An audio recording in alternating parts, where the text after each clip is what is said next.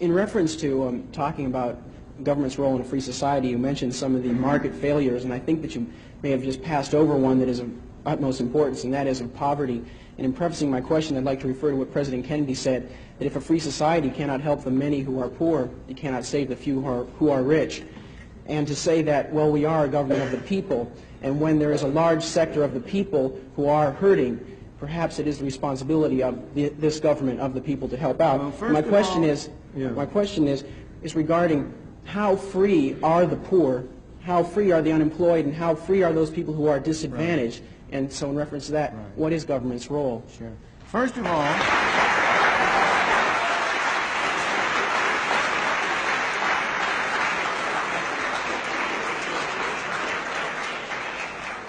I'm glad to see one vote for the poor. First of all, the government doesn't have any responsibility. People have responsibility. This building doesn't have responsibility. You and I have responsibility. People have responsibility. Second, the question is, how can we as people exercise our responsibility toward our fellow man most effectively? That's the problem.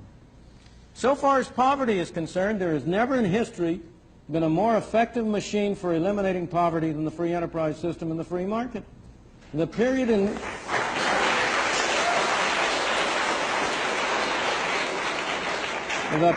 which you had the greatest improvement in the lot of the ordinary man was a period of the 19th and early 20th century. Those of us in this room are the heirs of that. We benefited from the way in which our parents and our grandparents were able to come here. And by virtue of the freedom that was offered to them, were able to make a better life for themselves and them and us.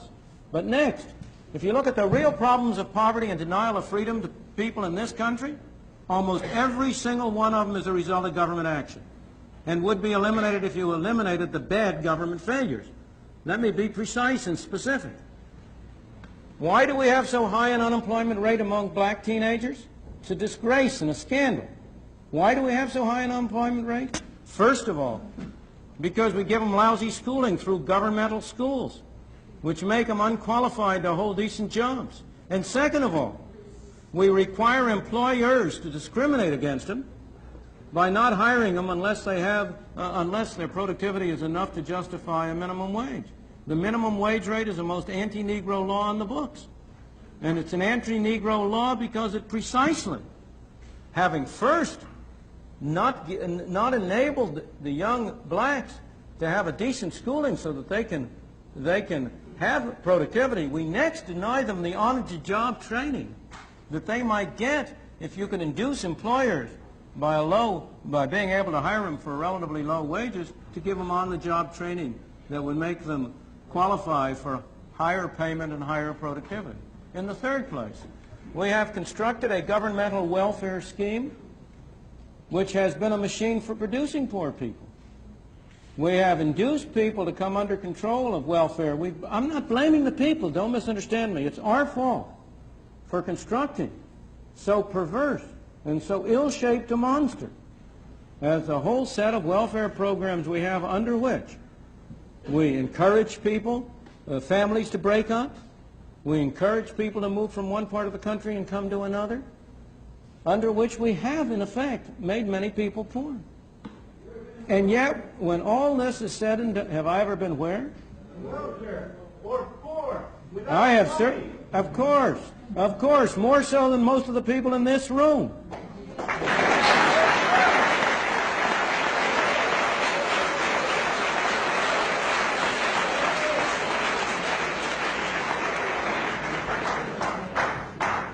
How many of you have worked a 12-hour day and gotten paid 78 cents?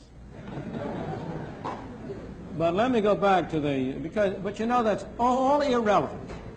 Is there one of you who is going to say that you don't want a doctor to treat you for cancer unless he himself has had cancer?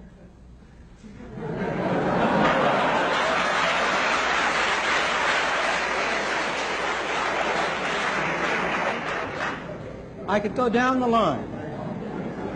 But when all is said and done, while there are people in this country who are worse off than other people, by and large, even the poorest people in this country are relatively well off compared to the conditions in many other countries in the world.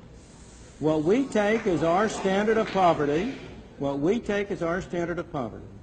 is above the average income of all of the people in the Soviet Union, let alone of the people in India or China or in other countries. Now, that doesn't mean we should be satisfied with it.